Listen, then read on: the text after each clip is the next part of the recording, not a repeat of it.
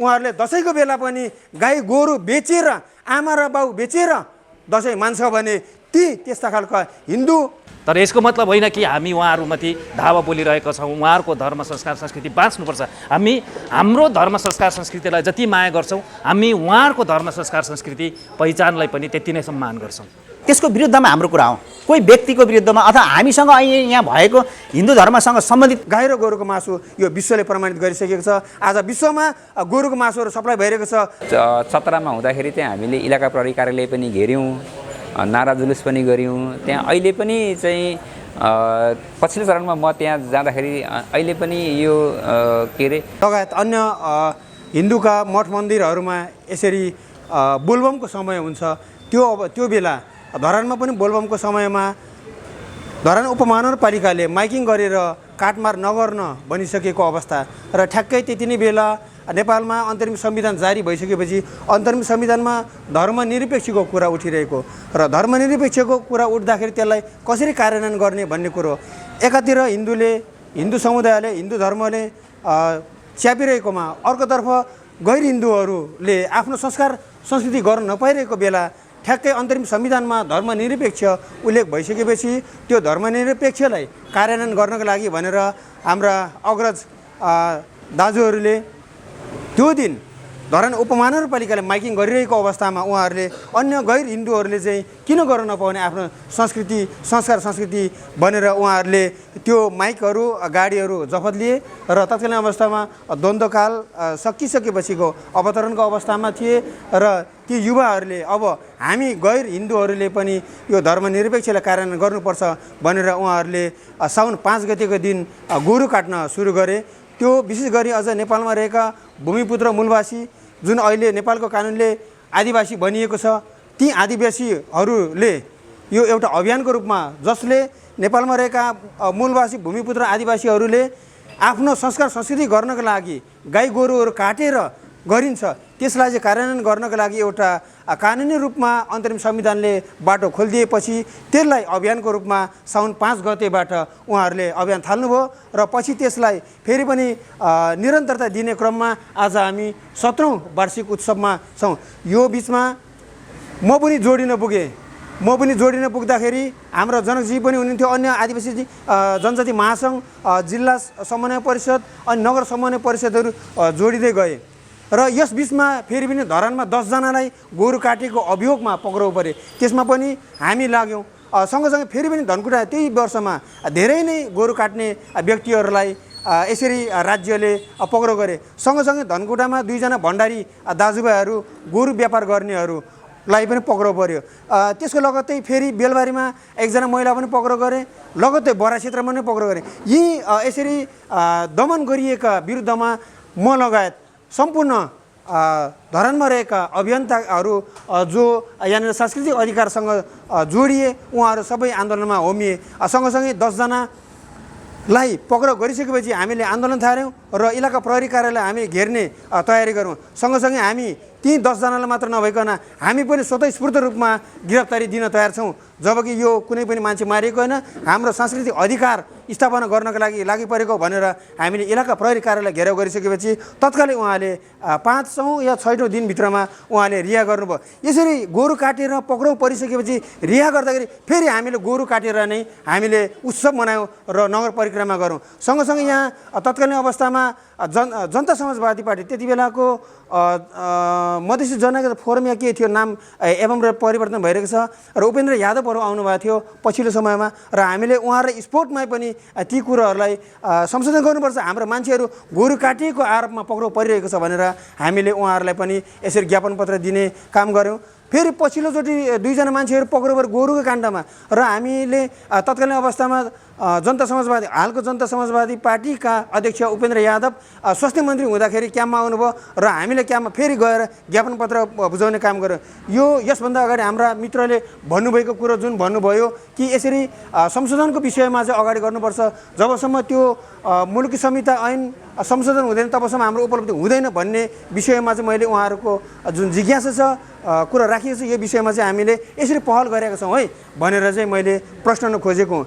यस हिसाबले हामीले कुनै पनि धर्म विरुद्ध यो बोलिएको होइन। हिन्दूको धर्म आस्थामाथि हामीले आँचाउने काम कुनै पनि गरेको छैन। म एउटा शङ्खसभा जिल्लाको तत्कालीन ऐतिहासिक सिङ्सा क्षेत्र भोटखोलामा हाम्रो अहिले पनि गोरु काटेर, गाई होस् कि गोरु होस्, दुइटै काटेर नै हामीले संस्कार गरिरहेका छौँ। तपाईँहरू जान सक्नुहुन्छ, पत्रकारहरू त्यहाँ जान सक्नुहुन्छ र यति बेला सामाजिक सञ्जाल सोसियल मिडियामा पनि छ्यापछ्याप्टी भइरहेको छ। म पनि 2 वर्ष अगाडि जाँदाखेरि ठ्याक्कै संयोगले हाम्रो गाउँमा यसरी गोरु काटेर बिहेमा भोज बतेर गरिरहेको, अझ हाम्रो त टाउको नै लानुपर्ने हुन्छ। त्यस कारणले गर्दाखेरि पनि टाउको लगेको र जन्तीको 4 जना हुन्छ, 4 जनामा टाउको एउटा राख्नुपर्छ, फिला राख्नुपर्छ। ती व्यक्तिहरूलाई 4 जनालाई टाउकोदेखि लिएर सम्पूर्ण गोरुको गाईको अङ्गहरू राखेर हामीले जन्तीको नाइकीहरूलाई बिदाई गर्नुपर्ने हुन्छ।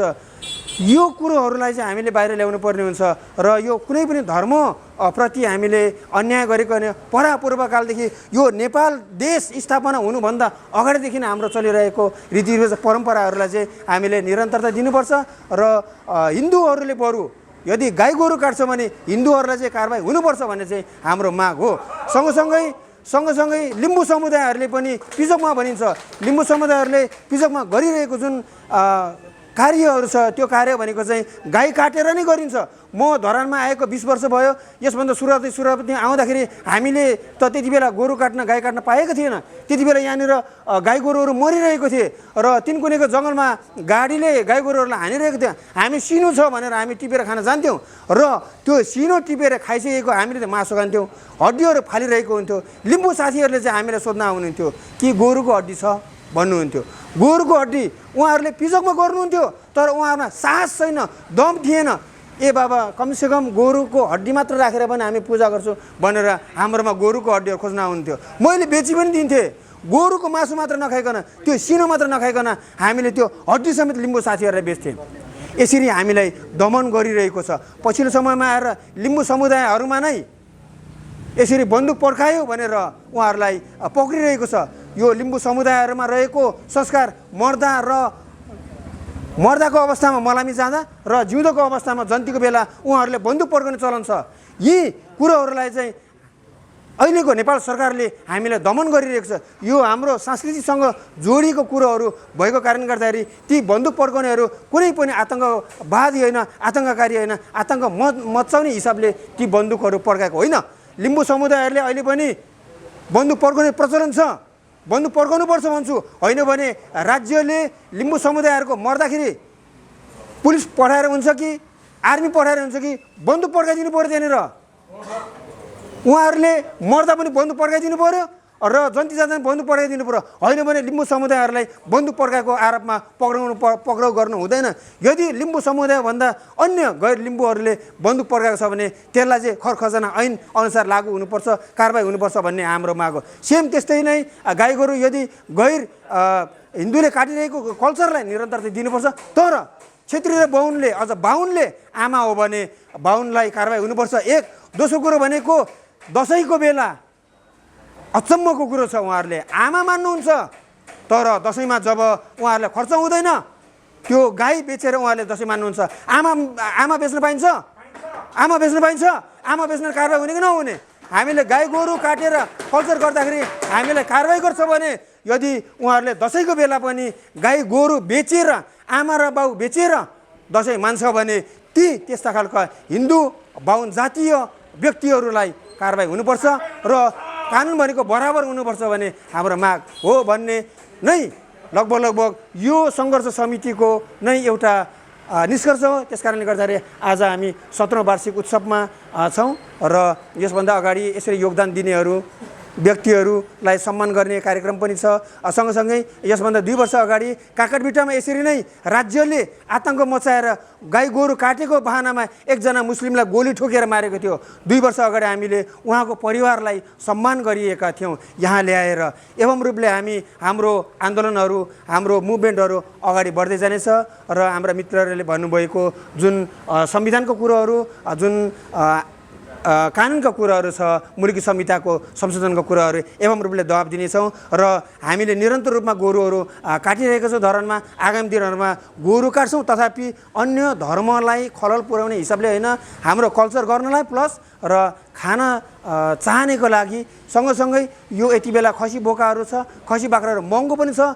एउटा कुरा स्वास्थ्यको दृष्टिकोणले पनि खसी बोकाहरू चाहिँ सुगर प्रेसर का बिरामीहरूलाई घातक छ। सबभन्दा उत्कृष्ट स्वस्थ मासु परिकार भनेकै गाई र गोरुको मासु यो विश्वले प्रमाणित गरिसकेको छ। आज विश्वमा गोरुको मासुहरू सप्लाई भइरहेको छ, त्यहाँनिर खसी बोकाको मासु कहीँ पनि सप्लाई गरेको देखिँदैन भन्दै सम्पूर्णको तर्फबाट मैले यो हाम्रो अधिकारको विषयलाई आगामी दिनहरूमा पनि लानुपर्छ भन्ने मेरो मन्तव्य राख्दै म यहाँबाट बिदा हुन चाहन्छु। हस्त, धन्यवाद, नमस्कार। यो देशमा बहुल जाति, बहुभाषिक, बहुधार्मिक मुलुक यो देशलाई भनिन्छ। तथापि एकल जाति, एकल भाषाको संरक्षण भइरहेको अवस्थामा यो सांस्कृतिक अधिकार संरक्षण समितिले आदिवासी जनजातिको एउटा प्राचीन सांस्कृतिक अधिकारलाई संरक्षण गर्ने दायित्व र मैले यहाँहरूलाई विभिन्न समयमा भन्दै आएको कुरो के हो भने अहिले नेपाली समाजको राज्यको तहमा आदिवासीहरू पुग्नु भएको छ, तर आदिवासी जनजातिको प्रतिनिधि नपुगेको अवस्था छ। मात्र आदिवासी पुग्नु भएको छ। अनुहारले आदिवासी तर व्यवहारले चाहिँ एकल जातीय धर्म, एकल जातीय संस्कृतिको स्कुलिङ भएका साथीहरू राज्य सत्ताको तहमा पुग्नु भएको छ। त्यसले गर्दाखेरि आदिवासी जनजातिको राज्य सत्तामा हैसियत भए तापनि अधिकारको उठान हुन सकेको छैन। अहिले सङ्घीय राज्य प्रणालीमा गृह प्रशासन आदिवासीको हातमा, धेरै स्थानीय तहको प्रमुख आदिवासी, तर आदिवासीको सांस्कृतिक, धार्मिक, भाषाको संरक्षण किन भइरहेको छैन? खालि यसलाई आरक्षणको रूपमा मात्रै अहिलेसम्म प्रयोग गर्दै आइरहेको छ। यो बिल्कुल नभएको, आदिवासी जनजातिको प्रतिनिधित्व नभएको र उहाँहरू चाहिँ यो एकल जातीय हिन्दू संस्कार संस्कृतिद्वारा प्रभावित हुनुहुन्छ। त्यो स्कुलिङमा गइसक्नु भएको छ। कतिपय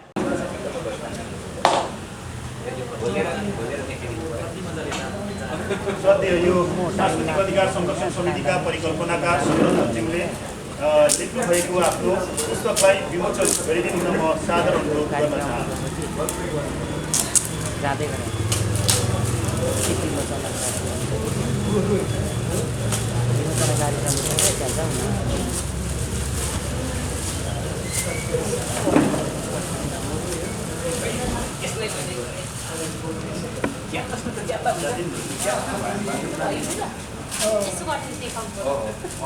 अगाडि र पछाडि र सबैले कन्जुसाइ नगरिकन तालीले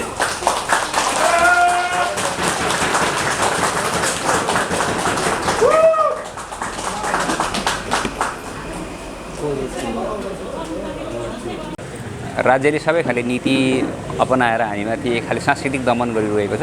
त्यो सांस्कृतिक दमनको जवाफ कुनै न कुनै हिसाबले दिनुपर्थ्यो। त्यसैको जवाफ हो यो। र यो पुस्तक निकाल्नको लागि पृष्ठभूमिबाट सहयोग गर्नुहुने धेरै साथीहरू हुनुहुन्छ। विशेष गरी हाम्रो सुभाषजी, पितृङजी यहीँ हुनुहुन्छ। अनि यसै गरी अघिल्लो समयका साथीहरू धीरेन्द्र रुम्जाली अहिले ओखलढुङ्गा हुनुहुन्छ। अनि तेह्रथुममा हुनुहुन्छ मौनु याक्थुङबा। अनि यसरी नै धेरै साथीहरू अब ताप्लेजुङमा हुनुहुन्छ होला। हाम्रो चाहिँ आइता खजु ताप्लेजुङमा हुनुहुन्छ अहिले। उहाँहरू हामीले सुरुको दिनमा यो हाम्रो सांस्कृतिक अधिकार हो, गोरु काट्न चाहिँ हाम्रो सांस्कृतिक अधिकार हो भन्ने हिसाबले हामी अगाडि बढ्दाखेरि हामी एउटा कित्तामा उभिएका थियौँ। अघि निमाजीले पनि भन्दै हुनुहुन्थ्यो कि त्यति बेला चाहिँ नि माइकमा चाहिँ गाडीमा चाहिँ बोल्दमको बेली तिमीहरूले चाहिँ मासु काट्न पाउँदैनस् यस्ता उस्ता भनेर चाहिँ नि माइकिङ गरेका थियौँ। हामीले चाहिँ नगरपालिका गएर एक्सन पनि लिएका थियौँ। सायद त्यति बेला हाम्रो उर्वर समय पनि थियो होला। हाम्रो त्यति बेला हामी आज 63 आज 17 वर्ष अगाडि होइन एउटा उमेर पनि थियो होला। त्यो हिसाबले हामीले त्यो उमेर त्यता अलिक रचनात्मक ढङ्गले प्रयोग गऱ्यौँ होला। अब त्यसको पृष्ठभूमिबाटै यो पुस्तक चाहिँ उठेर आएको हो भन्ने यहाँ तपाईँलाई बताउन चाहन्छु। अब यसमा चाहिँ यो लेख सङ्ग्रह हो, यसमा मेरो मात्र लेख छैन, विभिन्न विद्वानहरूको लेखहरू छ र यो लेख चाहिँ मैले किन चाहिँ यो गर्न जरुरी छ भन्ने मैले ठाने भने करिब करिब यहाँ 46 सालभन्दा अगाडिदेखिका 46 सालदेखिका चाहिँ लेखहरू छ यहाँ भनेपछि त्यो 46 साल अगाडिबाटै चाहिँ नि यसको बारेमा बहसहरू भएका थिए, यो सांस्कृतिक अधिकारको बारेमा बहसहरू भएका थिए भन्ने चाहिँ यसले बुझाउँछ। यसको अर्थ के हो भने हाम्रो अधिकार सांस्कृतिक अधिकार हुँदाहुँदै पनि यसलाई प्रतिबन्ध गरिएको थियो र त्यो 46 सालभन्दा अगाडि पनि त्यो आवाजहरू उठेको थियो। त्यो आवाजहरू अहिलेसम्म निरन्तर चाहिँ उठिरहेको छ र त्यसको चाहिँ एउटा भाग म मात्र हुँ। त्यसको अन्तिम होइन, त्यसको भाग चाहिँ निरन्तर भागमा म एकजना परेँ, म मात्र भन्दा पनि म एकजना परेँ र यो चाहिँ निरन्तर जाने प्रक्रिया भएको हुनाले अब यो गर्नु बित्तिकै सम्पूर्ण कुरा भइहाल्छ भन्ने कुरा पनि होइन। निरन्तर चाहिँ यसको अभियान थाल्नुपर्छ, निरन्तर यस्ता खाले विचारहरू यस्ता खाले धारणाहरू आउनुपर्छ भन्ने मलाई लाग्छ। यस्ता धारणाहरूले मात्र त्यो समाजलाई बुझ्ने एक खाले चिन्तन छ, त्यो चिन्तनलाई ठिक ठाउँमा ल्याउँछ भन्ने मलाई लाग्छ। अहिले समाजमा जुन खाले चिन्तन छ त्यो कुनै एउटा पृष्ठभूमिबाट कुनै एउटा के अरे दर्शनबाट मात्र प्रभावित भएको विचारहरू आइरहेको छ। त्यसलाई त्यो विचारलाई यो पनि विचार छ है भनेर चाहिँ देखाउन जरुरी छ।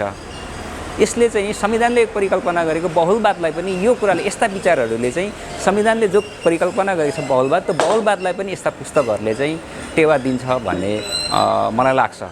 र यो किन जरुरी छ भने मैले अघि भने कि समाजमा बहुलवादी समाज छ, त्यो बहुलवादी समाजको बहुलवादी विचारधाराहरू हुन्छन्।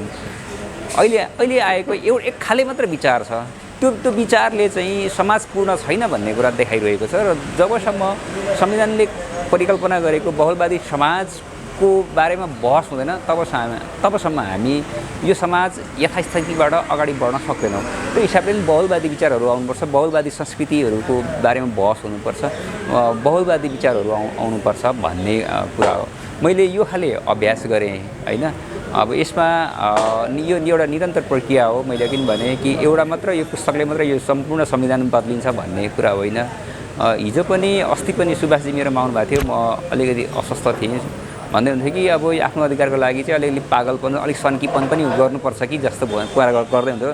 यो एक प्रकारको पागलपनै हो। यो मेरो पुस्तक मैले भने नि यो चाहिँ मेरो आफ्नो रचना पनि होइन। अब र पनि मैले यसलाई चाहिँ नि किन यो आड गरेँ भने एक खाले एउटा बहस चाहिँ छोड्छ, पक्कै पनि यसले एक खाले बहस छोड्छ भन्ने चाहिँ मलाई लागेको छ। अब अहिले विशेष गरी यो सांस्कृतिक अधिकारको बारेमा बहस गर्नुहुने राजेन्द्र महर्जन दाइ जो काठमाडौँमा हुनुहुन्छ, उहाँहरूले एकदमै यसको बारेमा अप्रिसिएट गर्नुभएको छ होइन। डाक्टर तारामणि राईहरूले यसको बारेमा एकदम अप्रिसिएट गर्नुभएको छ। यो नयाँ खाले चिज आयो भन्ने खालको कुराहरू गरिरहनु भएको छ। त्यो हिसाबले यो उहाँहरूले भने जस्तो नयाँ त होइन होला, पक्कै पनि यो समाजमा भइरहेको कुरा हो। समाजमा भइरहेको कुरालाई मैले यसो कलेक्सन मात्रै गरिदिएँ कि अबको पुस्ताले बहुलवादी समाजलाई संविधानको शब्दमा मात्र होइन कि व्यावहारिक रूपमा पनि प्रयोग गर्न चाहन्छ नै अथवा खोज्छ नै भन्नको लागि मैले यो पुस्तक तयार गरेँ। यसमा चाहिँ विभिन्न राइटरहरूका विभिन्न समयमा लेखेका विभिन्न राइटर 46 साल पछिका अहिले पछिल्लो चरणसम्म का चाहिँ यो अघि निमाजीले कुरा गर्दै हुन्थ्यो, त्यो चतरामा 4 जना पक्राउ परेको थियो, त्यो बेला त्यति बेलासम्मका चाहिँ त्यति बेलासम्म त्यो आधारमा लेखिएका लेखहरू पनि यसमा संलग्न छन्।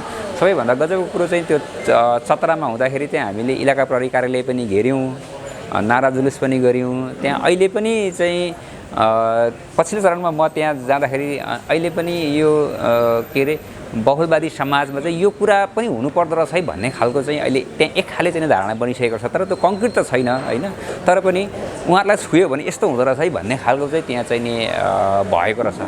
र त्यो वार्ड नम्बर 3 थियो, त्यो त्यति बेला जहाँका मान्छेहरू पक्राउ परे, त्यो वार्ड अध्यक्ष पछिल्लो पल्टको चुनावमा उहाँ त्यो पराजय हुनुभएछ। उहाँले चाहिँ त्यो 4 जनालाई म छुटाइहाल्छु, तपाईँहरू जानु न, तपाईँहरूलाई म निकाल्छु भनेर चाहिँ लगेर छ होइन। उहाँहरूलाई चाहिँ एरेस्ट गर्ने त्यो खाले मिलाएर चाहिँ एरेस्ट गर्ने जुन खाले नीति अख्तियार गर्नुभयो पछिल्लो चरणमा, त्यही मुद्दाको कारणले उहाँ चुनाव पनि चाहिँ हार्नुभएछ। जबकि उहाँले त्यो चुनाव हार्ने ठाउँै होइन र पनि उहाँले त्यो चुनाव हार्नुभएछ भनेको के छ भने अब हाम्रो मनभित्र हाम्रो कहीँ न कहीँ कुनै न कुनै कुनामा यो यस्ता विचारहरू छ। यसलाई कङ्क्रिट हुन बाँकी छ, एकीकृत हुन बाँकी छ, यसलाई संस्थागत गरेर लान बाँकी छ। अब यसलाई संस्थागत हिसाबले यो वा त्यो ढङ्गमा थोरै धेर थोर के कति हुन्छ यसलाई सांस्कृतिक संरक्षण समितिले अलिकति बोकेर लगेको छ, तर यो मात्र पर्याप्त चाहिँ होइन। यसमा तपाईँ हामी कुनै न कुनै हिसाबले जोडिनुपर्छ होला भन्ने कुरा राख्दै बिदा हुन चाहन्छु। हस्, धन्यवाद।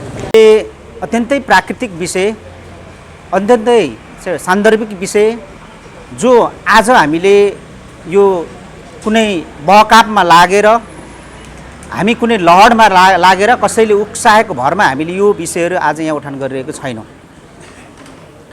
यो धरतीमा मानिसहरू अथवा चराचर प्राणीको जसरी सुरुवात भयो अथवा उसको चाहिँ विकास हुँदै आयो, यो विषयहरू चाहिँ प्राकृतिक रूपमा हाम्रो जीवनसँग हाम्रो पुर्खासँग जोडिएर आयो। यसलाई हाम्रो पुर्खाहरूले जसरी आफ्नो संस्कार संस्कृतिहरू गर्नुभयो, त्यो संस्कार संस्कृतिहरू त्यति बेला गर्दाखेरि कुनै नीति नियम कानुन ऐन संविधानमा लेखिएको कुरालाई अक्षरशः पढेर गरेको होइन। आफ्नो जीवनयापन गर्ने क्रममा कहिले उहाँहरूलाई दुःखको अनुभूति भयो, कहिले सुखको अनुभूति भयो, कहिले आफ्नो चाहिँ शरीरलाई चाहिँ बिरामी भएको चाहिँ अनुभूति भयो, कहिले सञ्च भएको अनुभूति भयो। त्यो केले भयो होला भनेर उहाँले चाहिँ आफ्नै हिसाबले खोजी गर्नुभयो र त्यसको उपचारको पद्धतिहरू पनि खोज्नुभयो। र हामीले प्रकृतिलाई चाहिँ पुज्दाखेरि प्रकृतिको बहुआयामिक चाहिँ कुराहरूलाई चाहिँ उहाँहरूले त्यति बेलै चाहिँ अध्ययन गर्नुभयो। त्यो किताबी ज्ञान थिएन, यद्यपि उहाँहरूको भोगाई अनुभूतिबाट चाहिँ त्यो एउटा खालको ज्ञान अथवा उहाँहरू कन्भिन्स हुनुभयो, उहाँहरू त्यसमा चाहिँ यो ठिक हो भन्ने खालको चाहिँ उहाँहरूलाई अनुभूति भइसके पछाडि उहाँहरूले चाहिँ एउटा संस्कृति अथवा यो संस्कारलाई चाहिँ होइन यसरी चाहिँ विकास भएर अङ्गीकार हुँदै आएको देखिन्छ।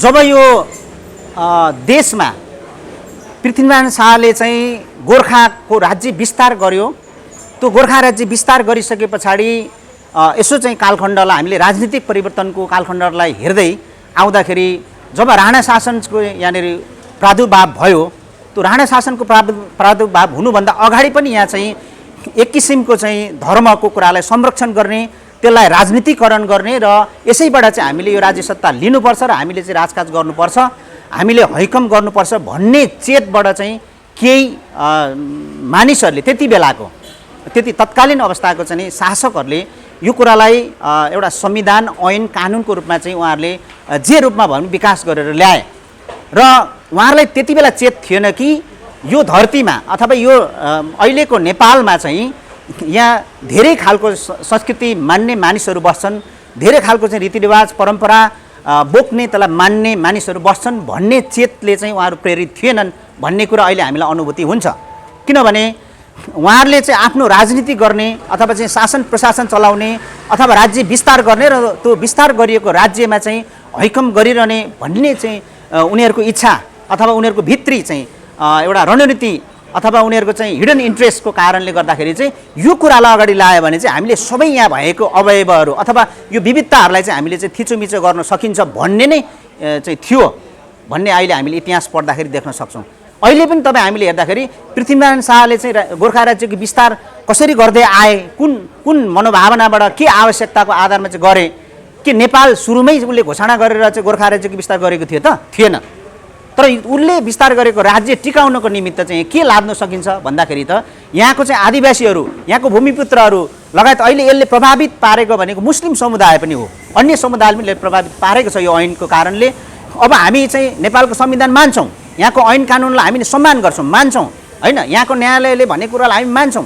तर अहिलेसम्म चाहिँ नेपालमा संविधानहरू 7औं पल्ट चाहिँ परिवर्तन भइसक्यो, जारी भइसक्यो। अनि त्यो संविधान अन्तर्गत बनेका ऐनहरू त्यसको कानुनहरूले चाहिँ नेपाली जनतालाई के न्याय गरेको छ? नेपाली जनतासँग चाहिँ सम्बन्धित भएका चाहिँ उसका संस्कार संस्कृति भाषा लिपि वेशभूषालाई के संरक्षण गरेको छ? हामी यहीँनिर चाहिँ हाम्रो कुरा के हो भने यदि जनताको विपक्षमा भएको ऐन कानुनहरू उनीहरूको संस्कार संस्कृतिको विरुद्धमा भएको ऐन कानुनहरू चाहिँ बदल्नुपर्छ भनेको हाम्रो दाबी हो होइन। हाम्रो चाहिँ त्यो कुराप्रति चाहिँ हाम्रो अन्य वैरभाव होइन। हामी यदि चाहिँ आदिवासी हो भनेर तपाईँहरूले रिकग्नाइज गर्नुहुन्छ होइन, परिचित गर्नुहुन्छ, यो संविधानले यो कानुनले नेपालको कानुनले गर्छ भने उनीहरूले मान्दै आएको संस्कार संस्कृतिलाई किन नमान्ने भन्ने कुरा भएको हुँदाखेरि समग्रतामा मैले यहाँहरूलाई के अवगत गराउन चाहन्छु भने यो प्राकृतिक न्यायको सिद्धान्त अनुसार पनि के हो भन्दाखेरि यहाँ भएका चाहिँ भूमिपुत्रहरू आदिवासीहरू होइन, अथवा गैर आदिवासी जसले यो कुरालाई चाहिँ स्वीकार गर्नुहुन्छ अथवा सबैको कुरालाई चाहिँ उहाँहरूले मान्न चाहनुहुन्छ, मान्न सक्नुहुन्छ भने हामी पनि त्यसलाई मान्न तयार छौँ भन्ने कुरा चाहिँ आज हाम्रो बहसको विषय हो। त्यसकारण जुन रूपमा यो चाहिँ सांस्कृतिक चाहिँ यो अधिकार संरक्षण समितिले जे कुरा आजभन्दा 17 वर्ष अगाडि उठान गर्नुभयो, मलाई लाग्छ यो मितिको हिसाबले 17 वर्ष, तर यो परिकल्पना गर्दा त तपाईँको चाहिँ 18, 19, 20 वर्ष भएको थियो होला नि त। अब त्यति बेलादेखि निरन्तरसम्म चाहिँ यहाँ अहिले आइरहेको छ। हामीले यसलाई चाहिँ कम्तीमा वार्षिक उत्सवको रूपमा मात्रै भए पनि हामीले मनाइरहेको छौँ। अब हामीले गर्नुपर्ने कुरा के छ भन्दाखेरि फेरि पनि हामीले आफ्नो कुराहरूलाई दाबी गर्दै गर्दाखेरि यसलाई ऐनको रूपमा होइन, संविधानले त भनेकै छ होइन, नेपाल चाहिँ तपाईँको चाहिँ बहुधार्मिक, बहुभाषिक, बहुसांस्कृतिक होइन धर्मनिरपेक्ष राष्ट्र भनेर भनिसके पछाडि संविधानले यसलाई बाटो खुल्ला गरेको छ। तपाईँहरूले तपाईँहरूको आफ्नो परम्परागत संस्कार संस्कृति मान्न पाउँछ भनेको छ। तर त्यो संविधान अन्तर्गत बन्नुपर्ने ऐनहरू चाहिँ किन चाहिँ अहिलेसम्म सुधार भएको छैन होइन। अब तपाईँको चाहिँ जङ्गबहादुर राणाले जुन मुलुक ऐन जारी गर्यो त्यो कुरालाई नै किन अहिले चाहिँ निरन्तर चाहिँ क्यारी गरेर ल्याइरहेको छ भन्दाखेरि अहिलेको शासकहरू पनि विभेदकारी छ भन्ने कुरा चाहिँ यसले पुष्टि गर्छ। त्यसकारण अहिले हामीले चाहिँ हाम्रो पुर्खाले, हाम्रो अग्रजले, हाम्रो बाबुबाजेहरूले यो कुरालाई उठान गर्न सक्नु भएन। किन भन्दा हाम्रो अग्रजहरू, हाम्रो बाबुबाजेहरू चाहिँ आफ्नो आफ्नो सुतीथाती गर्ने, आफ्नो आफ्नो चाहिँ कर्म गर्ने, जीविकोपार्जन गर्नेमै व्यस्त थिए नि त। किन भन्दा उहाँहरूले चाहिँ पढ्नु हुँदैन, तपाईँहरूले काम गर्ने, तपाईँले हलो जोत्ने मात्रै, तपाईँले जुत्ता मात्रै सिलाउने, तपाईँले बन्दुक मात्रै बोक्ने भनेर सिकाइयो। अघि नै साथीले भन्नुभयो, अग्रज यहाँ पूर्ववक्ता मित्रले भन्नुभयो, स्कुलिङ नै त्यो खालको गरायो। तर अहिले हामीलाई कम्तीमा अब हाम्रो चेत खुलेको छ, अब हाम्रो काँधमा यो जिम्मेदारी आएको छ। हाम्रो पुर्खाले के गर्नुभयो गर्नु भएन ठिक छ, अब हामीले चाहिँ के गर्नु पर्यो भने यसरी सामाजिक हिसाबले पनि यसलाई चर्चाको विषय, यसको बहसको विषय, यसको चाहिँ सत्य कुरा के हो त्यो सत्य कुरा अब हामीले जनजनलाई लानु जरुरी छ। यसरी हामीले यो एउटा अन्तर्क्रियात्मक खालको चाहिँ अथवा यो खालको चाहिँ एउटा सेयरिङ खालको जुन भएको छ यसलाई अब हामीले यो धरानको एउटा ठाउँमा आज हामीले गऱ्यौँ। 17 वर्ष भइसक्यो भने चाहिँ अब यसलाई हामीले अलिकति बाहिर पनि लानुपर्छ।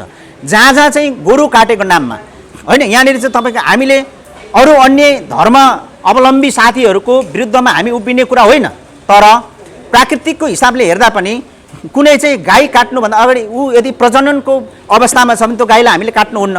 चाहे त्यो चाहिँ कुखुरा, बाख्रा, अरू अन्य जीव जन्तुहरू पनि हामी त काट्दैनौँ नि त। प्रजननको स्थितिमा भएको बेला, सुत्केरी अवस्थामा भएको बेला हामीले काट्नु हुँदैन होइन। तर त्यो अवस्था पुरा गरिसके पछाडि, त्यो पिरियड पुरा गरिसके पछाडि चाहिँ आवश्यकता अनुसार यहाँ भएको विविधताले चाहिँ मान्ने कुरालाई चाहिँ किन स्वीकार नगर्ने भन्ने कुरा अहिलेको विषय हो। र अब हामीले उठान गर्दाखेरि चाहिँ सामाजिक तवरमा उठाउने कुरा एउटा छ, यसलाई बहस अलिक बाहिर पनि अब लानुपर्ने जरुरी छ।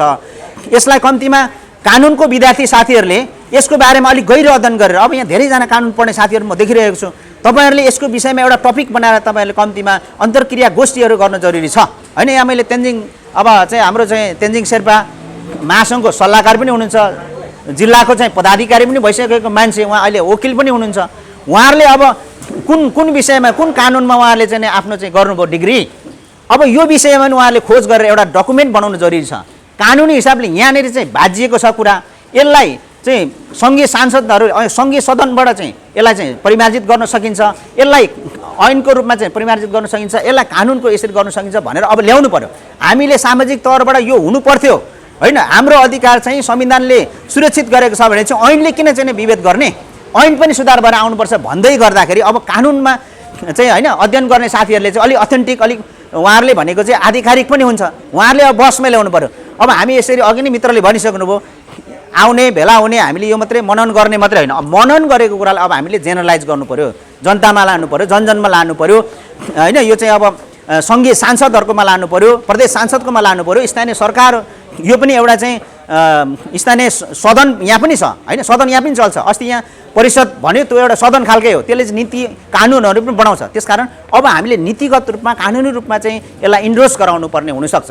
तर मलाई लाग्दैन कि आज जो चाहिँ हामीले निर्वाचित गरेर पठायौँ उनीहरूले यो कुरालाई चाहिँ आफ्नो विषय बनाएर त्यो सदनमा उनीहरूले लान्छ भन्ने कुरा चाहिँ एकदमै झिनो आशा छ।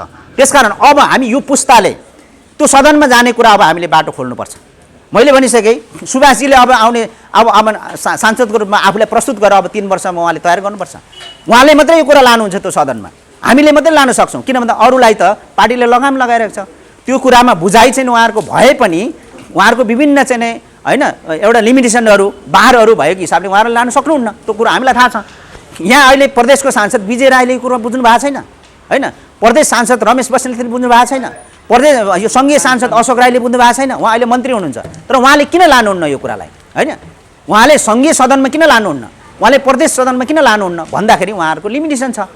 त्यसकारण अब हामी चाहिँ के हो भने अहिले पनि यो चाहिँ कानुनले वर्जित गरेको कुरा हो नि त, होइन? अहिले हामी यहाँ 50-60 जना छौँ, अब प्रशासनले चाह्यो भने यसलाई लगेर हामीलाई सोध्न सक्छ, तर हामी तयार छौँ त्यहाँ गएर बोल्नको लागि, होइन?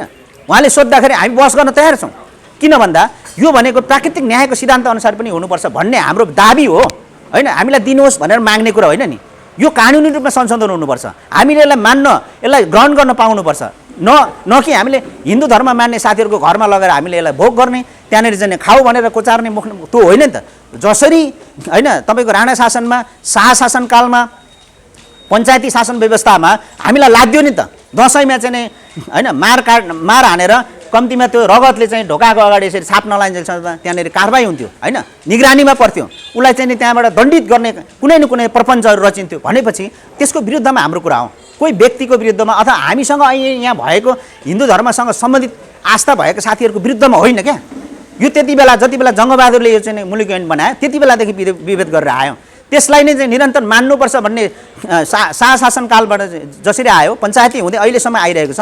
अहिलेको शासकहरूले त कम्तीमा हाम्रो चाहिँ पुर्खालाई, हाम्रो दाजुभाइलाई, हाम्रो दिदीबहिनीलाई कानमा बन्दुक बोकाउँदा के भनेर बोकायो, होइन? हुन त माओवादी द्वन्द्व कालदेखि चाहिँ धेरै कुराहरू चाहिँ अगाडि बढेको देखिन्छ, तर त्यो बन्दुक बोकाएको के को लागि थियो त्यो कुरा उहाँहरूले बिर्सिनु भयो नि त। त्यसकारण अब यो पुस्ताले, होइन, हामी जस्तो पुस्ताले चाहिँ अब त्यो सदनमा जाने हामीले चाहिँ अब बाटो, होइन, त्यो खालको चाहिँ एउटा रोडम्याप तयार गर्नुपर्छ। अब हामी आउनुपर्छ भन्ने कुरा चाहिँ म यहाँ आम साथीहरूलाई पनि आह्वान पनि गर्छु। किन भन्दा हामीले जहिले मागिबस्ने अथवा वर्षमा एक दिन सम्झिबस्ने, होइन? त्यसकारण अब यो मृत भएको कुरालाई सम्झिबसेर हुँदैन, त्यसलाई अब नयाँ किसिमले हामीले सिर्जना गरेर अब यसलाई फेरि कानुनी रूपमै पनि त्यसलाई व्यवस्था गरेर अनि मात्रै हामी खुल्लुमखुल्ला चाहिँ गर्नुपर्ने हुन्छ।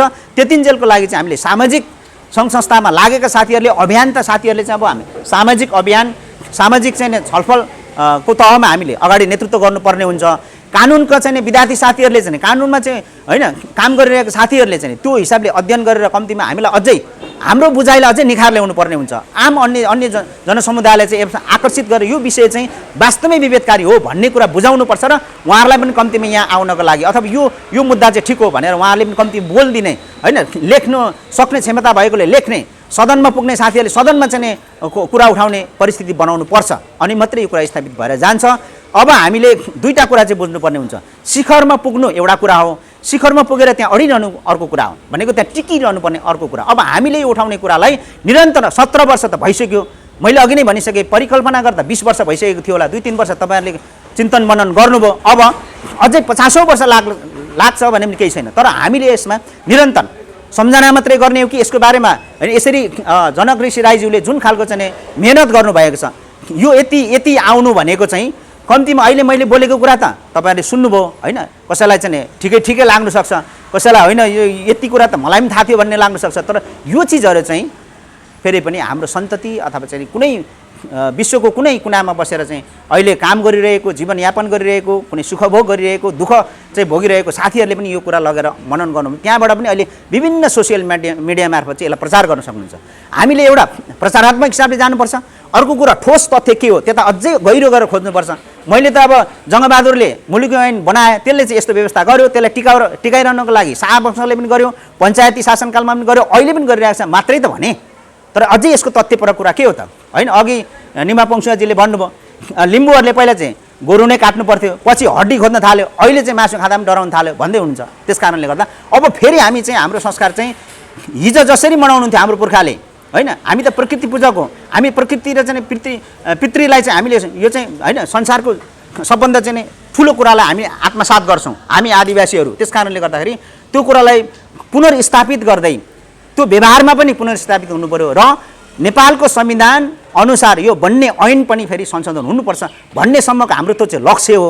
त्यो लक्ष्य हासिल गर्नको लागि कति वर्ष लाग्छ, हामी को मर्छौँ, को बाँच्छौँ, हामी निरन्तर लागिरहनुपर्छ भन्ने मात्रै मैले यहाँलाई चाहिँ एउटा अपिल, होइन, अथवा यसरी हामी जानुपर्छ होला भन्ने मलाई लागेको हुनाले मैले यति कुरा राखेँ। र आज जुन यो कार्यक्रममा मलाई सम्झेर, होइन, यो भूमिकामा उभ्याइदिनु भएको छ, सायद अब म जनजाति महासङ्घ सुनसरीको अध्यक्ष, मेरो कार्यकाल करिब पुरा भइसकेको छ। अब म केही समय पछाडि अधिवेशनको दौडानमा छु, होइन, यहाँ मैले यति भन्नुपर्छ के त्यसको आन्तरिक प्राविधिक कुराहरू छ, होइन, कतिपय साथीहरूलाई अर्कै पनि लागिरहेको हुनसक्छ।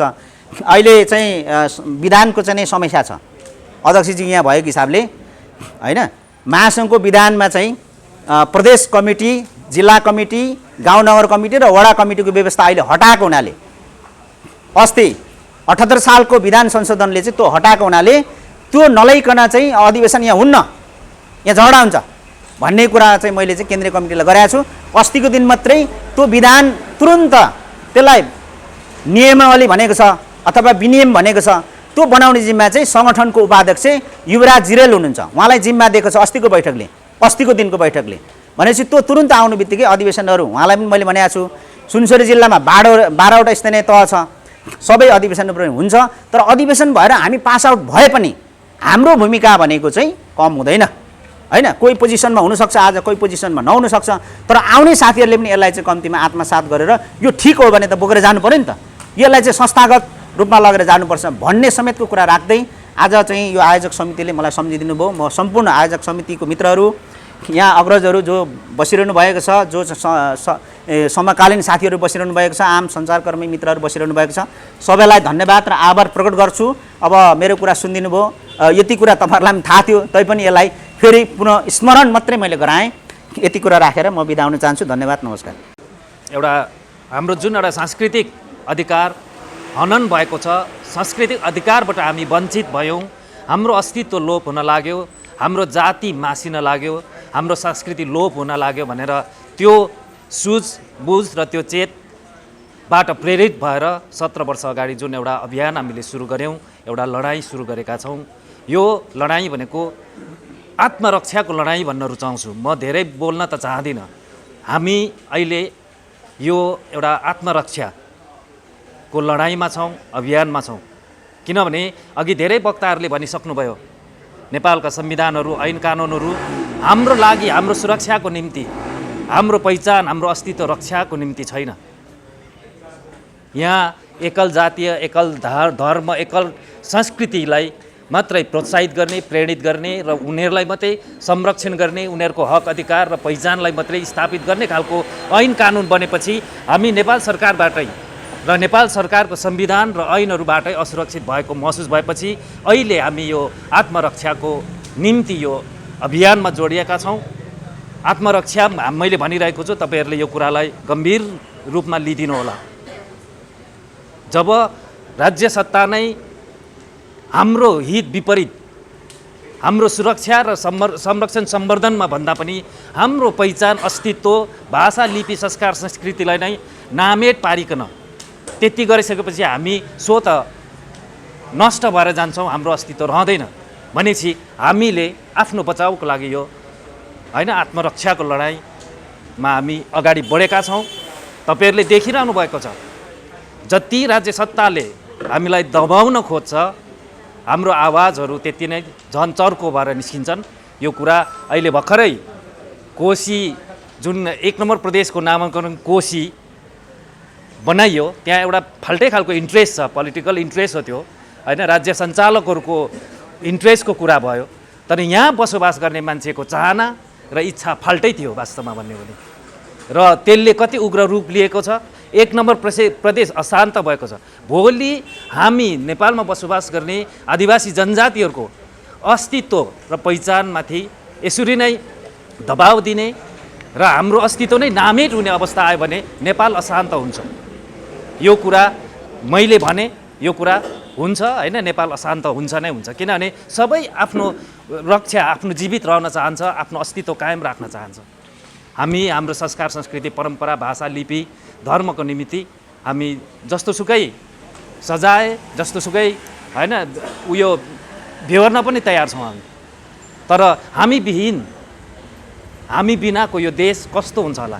म त यतिखेर भन्न चाहन्छु, म लिम्बू भएर बाँच्नु पाउनुपर्छ। लिम्बू नेपाली हुँ नि त, मसँग नेपालको नागरिकता छ, वंशजको नागरिकता छ, तर लिम्बू भएर बाँच्नु पर्यो। मलाई जबरजस्ती क्षेत्री बनाउँदा हुँदिनँ, मलाई तामाङ बनाउँदा म तामाङ हुन सक्छु र जबरजस्ती मलाई लगेर चाहिँ अर्को मगर बनाउँदा मगर हुने होइन नि। तर राज्य सत्ताले त्यो खालको गरिरहेछ। हामीलाई चाहिँ होइन भनौँ न, अब हामीले कसैको कुनै धर्म, जाति, सम्प्रदायको विरोध गर्दैनौँ, तर हामीलाई अलिकति राज्यबाटै विभेद भएपछि हामीले त्यसको विपक्षमा बोल्नुपर्ने चाहिँ हुन्छ फेरि। तर यसको मतलब होइन कि हामी उहाँहरूमाथि धावा बोलिरहेका छौँ, उहाँहरूको धर्म संस्कार संस्कृति बाँच्नुपर्छ। हामी हाम्रो धर्म संस्कार संस्कृतिलाई जति माया गर्छौँ हामी उहाँहरूको धर्म संस्कार संस्कृति पहिचानलाई पनि त्यति नै सम्मान गर्छौँ। र हामी के चाहन्छौँ भन्दाखेरि हामी नेपालमा बसोबास गर्ने आदिवासी जनजातिहरू शेर्पाहरू शेर्पा भएर बाँच्नु पाउनुपर्छ। उपाध्याय बाहुन बनाउँदा हुँदैन, उसलाई एउटा तामाङ भएर बाँच्नु पाउनुपर्छ, उसको संस्कार संस्कृति बाँच्नुपर्छ, उसको धर्म मान्नु पाउनुपर्छ, उसको भाषा बोल्नु पाउनुपर्छ भन्ने हाम्रो कुरा। र मैले अघि पनि भने फेरि पनि दोहोऱ्याउँछु, हामी आत्मरक्षाको अवस्थामा पुगेका छौँ। यो आवाज दबिँदैन। हाम्रो एउटा सांस्कृतिक अधिकार हामीले प्राप्त गर्नुपर्छ। त्यो अधिकार नेपालको संविधान र ऐनहरूमा व्यवस्थित गरिनुपर्छ। हाम्रो भावनाहरू त्यहाँनिर चाहिँ सम्बोधन हुनुपर्छ भन्ने कुरा हो। जबसम्म ऐन कानुनहरू संविधानहरू हाम्रो पक्षमा हाम्रो फेभरमा बनिँदैनन् तबसम्म हाम्रो वृद्धि विकास सम्भव छैन भन्ने हाम्रो मान्यता हो। जबसम्म यो देशको नीति कानुनहरू हाम्रो पक्षमा बनिँदैन तबसम्म हामी यस्ता किसिमको कार्यक्रमहरू गरिराख्छौँ। हामी यसरी नै सङ्गठित भइराख्छौँ र निरन्तर लागिराख्छौँ जबसम्म हाम्रो सांस्कृतिक अधिकारहरू स्थापित हुँदैनन्, हाम्रो भाषा लिपि संस्कार संस्कृतिहरू चाहिँ एउटा फल्ने फुल्ने अवसर यो देशमा बन्दैन तबसम्म हामी सबै लागिराख्नुपर्छ भन्ने कुरा राख्दै र यो हाम्रो जुन हामीले आयोजना गरेको एउटा सानो कार्यक्रममा महत्त्वपूर्ण समय दिनुभएकोमा नेफिन सुनसरीका अध्यक्षज्यूलाई धन्यवाद दिन चाहन्छु। र हाम्रो एउटा सम्मान पत्र ग्रहण गरिदिनु भयो, उहाँलाई हामी किन सम्मान गर्छौँ? हाम्रो पक्ष पत्रकारको रूपमा हामीले मान्छौँ। पोहोरको साल हामीले निमाजीलाई गरेका थियौँ होइन, धेरै पत्रकारहरू हुनुहुन्छ। हामी आग्रह गर्न चाहन्छौँ हाम्रो पक्ष पत्रकार भइदिनुहोस्, दबिएका आवाजहरू लेखिदिनुहोस्, हाम्रो समस्याहरूलाई उजागर गरिदिनुहोस्, मिडियामा ल्याइदिनुहोस्, हाम्रो आवाजहरू बुलन्द गरिदिनुहोस्। हामी आग्रह गर्न चाहन्छौँ मिडियालाई। र म अहिले खुलेरै भन्छु, हाम्रो पक्ष पत्रकारको रूपमा हामीले उहाँलाई लिन्छौँ। हाम्रो आवाजहरू उहाँले चाहिँ विभिन्न सञ्चार माध्यममा प्रकाशित गरिदिनुहुन्छ। त्यसको लाई चाहिँ होइन उहाँको जुन एउटा कार्य छ, एउटा योगदान छ, उहाँको त्यो लाई हामीले सम्मान गर्दै त्यसको उच्च मूल्याङ्कन गर्दै आज हामीले उहाँलाई सम्मान गरेका छौँ। र यो सानो सम्मान ग्रहण गरिदिनु भएकोमा लम्जेल सङ्घर्षशील ज्यूलाई धेरै धेरै धन्यवाद। र यही अवसर पारेर जुन हाम्रो यो अभियानसँग जोडिएको महत्त्वपूर्ण इस्यु चाहिँ रहेको पुस्तक जुन एउटा हाम्रो यस समितिको संरक्षक हुनुहुन्छ उहाँले एउटा त्यसलाई लिपिबद्ध गर्नुभएको छ, एउटा डकुमेन्टेसन गर्नुभएको छ। यो आउने आगामी पिँढीको लागि होइन खास के रहेछ त होइन, गोरु गाई भनेको छ काट्ने हुने, कसैले पूजा गर्नुपर्ने, कसैले खानुपर्ने, वास्तविकता के हो, भ्रम के हो, वास्तविकता के हो, त्यो सबै कुरालाई चिर्नको लागि र आउने पुस्ताहरूलाई त्यो कुरा बुझाउनको लागि भ्रम र वास्तविकता के हो, सत्य के हो, असत्य के हो, झुट के हो, त्यो कुराहरूलाई चाहिँ अलिकति होइन प्रष्ट पार्नको लागि एउटा जुन एउटा दस्तावेज चाहिँ उहाँले तयार गर्नुभएको छ।